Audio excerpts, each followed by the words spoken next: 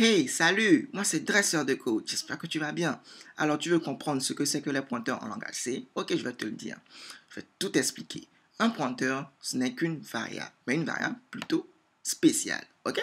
Mais qu'est-ce que c'est que cette variable spéciale-là? Eh bien, un pointeur, c'est une variable qui va pouvoir contenir l'adresse mémoire d'une autre variable. Mais qu'est-ce que c'est donc une adresse mémoire? Ok. Une adresse mémoire, eh ben, c'est simple. À chaque fois que tu vas écrire dans ton code et que tu vas déclarer une variable, eh ben, cette variable-là, elle va se retrouver quelque part dans ta mémoire RAM. Elle va se retrouver dans une case mémoire. Maintenant, qu'est-ce qui se passe? Considérons donc que cette case mémoire-là, c'est tout simplement la maison de ta variable. Donc, comme toute maison, elle a une adresse, d'accord?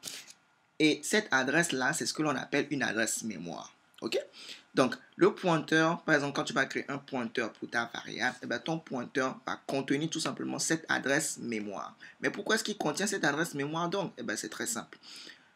Si tu n'as pas envie d'accéder à ta variable par l'intermédiaire de son nom, ok, tu peux accéder à cette variable-là par l'intermédiaire du pointeur qui pointe sur cette variable, ok? Elle pourra pointer sur cette variable-là. Et tu peux y accéder à l'intermédiaire de ton pointeur, tout simplement.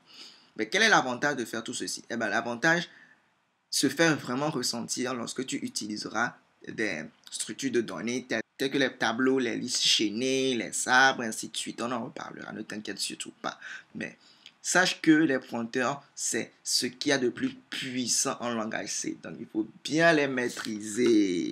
Alors, sans plus tarder, on voit un peu au niveau du code ce que c'est qu'un pointeur.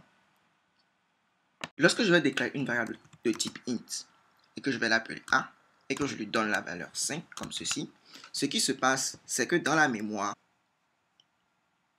si par exemple, ça c'est ma mémoire RAM et que elle est comme ceci, par exemple, elle est constituée de cases mémoire, comme ça. Et on va dire que chaque case mémoire est numérotée comme ceci. 0, 1, 2, 3, 4, 5, 6, et etc. En réalité, ce n'est pas comme ça que ça se note. C'est beaucoup plus compliqué que ça. Mais pour raison de simplicité, on va supposer que c'est comme ça que ça se fait. Lorsque je déclare ma variable a de type int et qu'elle prend la valeur 5, on va supposer que voici comment est-ce que ça se passe. En réalité, c'est plus compliqué, mais peut-être qu'elle se retrouvera ici, par exemple 5. En fait, c'est totalement aléatoire. La position d'une variable dans la mémoire est totalement aléatoire. C'est-à-dire la case mémoire dans laquelle elle va se retrouver, c'est très aléatoire. C'est pour ça que le RAM signifie Random Access Memory. Lorsqu'on va mettre des informations, ou bien, oui, lorsqu'on va mettre des informations dans notre mémoire RAM, eh bien, ce sera vraiment de manière aléatoire. Donc, on va supposer que notre variable se trouve ici. Lorsque je souhaite déclarer un pointeur qui va pointer sur cette variable-là, donc j'ai un pointeur qui va pointer, c'est comme ça qu'on le matérialise. Si j'ai un pointeur que je peux appeler peut-être P, qui pointe sur cette variable-là, eh bien, la valeur de mon pointeur, ce sera tout simplement 3. Parce que rappelez-vous, je vous ai dit que le pointeur va contenir quoi? Tout simplement l'adresse. Le pointeur va contenir l'adresse. L'adresse de notre variable là. Donc, le pointeur P va contenir 3. Et notre variable ici, c'est notre variable A. Notre variable A qui a pour valeur 5. Ça voudrait dire que quoi? Lorsque j'aurai mon pointeur comme ceci, je peux en fait accéder au contenu de ma variable A par l'intermédiaire de ce pointeur. Je peux me passer de ma variable A, utiliser tout simplement mon pointeur et connaître son contenu. Tentons de voir d'une part comment est-ce que je peux déclarer le pointeur. Pour déclarer un pointeur de type int, parce que les pointeurs aussi ont leur type, je peux avoir un pointeur qui pointe sur un floatant, un pointeur qui pointe sur un double, un pointeur qui pointe sur un long, il n'y a aucun souci. Mais l'essentiel, vous devez vous dire, vous ne pouvez pas créer un pointeur de float et le faire pointer sur un int, c'est pas logique. Si vous avez une variable de type int, créez un pointeur qui pointe vers les variables de type int. Et comment est-ce que ça se fait? Voici la syntaxe. Vous allez mettre le type int OK? Et vous allez mettre étoile. C'est tout. Ça veut dire que vous déclarez un pointeur de type int. Et bien entendu, vous allez rajouter le nom. Par exemple, je peux dire ici P. C'est tout. C'est comme ça que l'on fait pour déclarer un pointeur. C'est comme ça que l'on fait pour dire, OK, j'ai créé un pointeur. Et ce pointeur, c'est un pointeur pour les entiers, pour les int. Vous mettez int, vous mettez étoile. J'ai créé un pointeur. Ce pointeur va pointer sur des entiers. Voilà. Maintenant, comme on l'a dit, on a dit que quoi? On a dit que le pointeur ne peut contenir que l'adresse de la variable qu'il va pointer. Donc, ça voudrait dire que quoi? Ça voudrait dire que d'une manière ou d'une autre, il faut qu'on trouve le moyen d'obtenir l'adresse de notre variable A. Si je souhaite connaître l'adresse de ma variable A, eh bien c'est très simple. C'est comme ça que ça se fait. Donc, vous allez mettre ici le expert.luette, vous vous rappelez de lui. Vous allez mettre ici ensuite le nom de votre variable. En faisant comme ceci, vous pourriez accéder à l'adresse, OK, de votre variable là. Cette adresse, en réalité, elle est en hexadécimal. Donc, si par exemple, je souhaite connaître l'adresse de ma variable A, je peux faire ici printf, OK. Donc, pour afficher une adresse mémoire, OK, il faut écrire pourcentage P. C'est plus intéressant.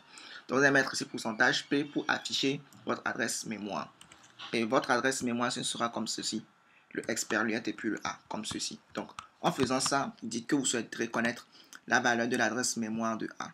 Donc, ici, je peux rajouter ici le anti/n.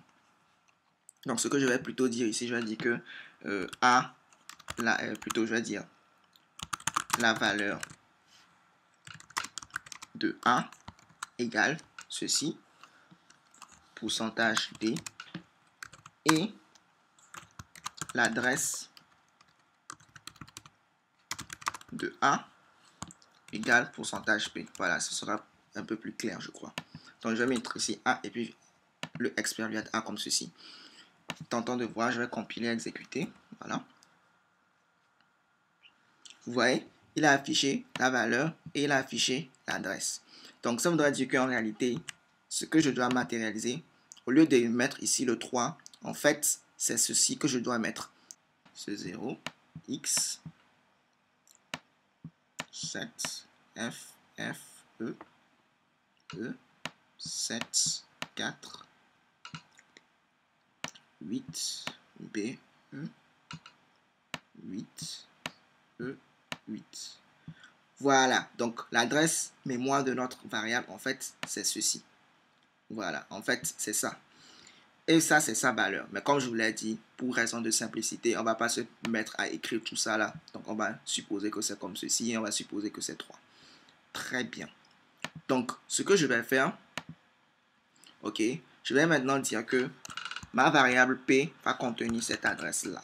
A. Donc, je peux maintenant venir ici et puis je vais remplacer ça par le P. Et peut-être que cette adresse-là va changer, OK? Cette adresse-là, comme je vous l'ai dit, à chaque fois quand vous allez écrire, peut-être mettre une variable, quand vous déclarez une variable et que lors de votre programme, elle se met dans la RAM, ce n'est pas toujours évident que l'adresse mémoire soit toujours la même. Elle va peut-être changer. On va tenter de compiler, exécuter, on va voir est-ce que c'est toujours la même chose. Donc là, j'essaie d'afficher A et j'essaie d'afficher l'adresse de A par l'intermédiaire de mon pointeur, puisque mon pointeur contient l'adresse de ma variable A. OK? Fait comme ceci. Et vous voyez que cette adresse-là, elle a changé. Ici, j'ai 0x7ffee f3. Ici, c'était 748. Vous voyez? Et comme je vous l'ai dit, vous pouvez accéder au contenu de votre variable par l'intermédiaire de votre pointeur. Si par exemple, je souhaite accéder à la valeur 5 de ma variable A, mais non pas par l'intermédiaire de A, mais par l'intermédiaire de mon pointeur, voici ce que je vais faire. Je vais tout simplement mettre étoile et puis mettre P. En faisant comme ceci, avec mon pointeur, bien entendu, OK, en faisant comme ceci, là, je ne suis pas en train de faire une déclaration. Je vais faire comme ceci. Ceci va me retourner la valeur de A qui est tout simplement 5. OK? Tentons de voir si ceci marche. Je vais mettre ici printf. Je vais mettre ici pourcentage D. Je vais mettre ici A égale je vais mettre en utilisant la variable a, virgule, a égale. Et puis si je vais mettre ici, anti/n. Et ici je vais utiliser la variable a.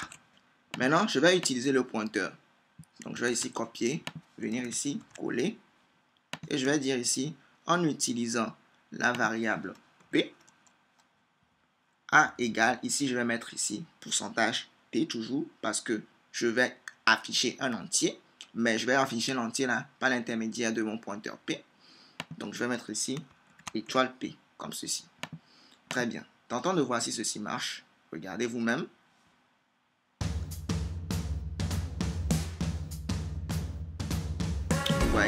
Vous voyez, c'est toujours la même valeur. A égale 5, A égale 5. Okay? Très bien. Alors, on va pas trop compliquer. Donc, sur ce, on va s'arrêter là pour cette vidéo. Restez branchés et on va continuer la prochaine fois. Peace.